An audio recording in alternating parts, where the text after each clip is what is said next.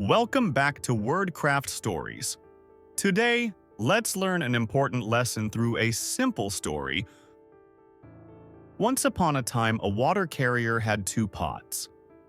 Each day, he carried them on a pole to fetch water. One pot was perfect. The other had a small crack. The cracked pot always leaked, and by the time they reached home, it was only half full. The perfect pot was proud. But the cracked pot felt ashamed. One day, the cracked pot said to the carrier, "I'm sorry, I'm broken." "I waste your effort." The carrier smiled and said, "Don't be sad. Did you notice? On your side of the path, flowers bloom. I planted seeds there. You watered them every day with your leeks. Because of you, I can bring beauty home.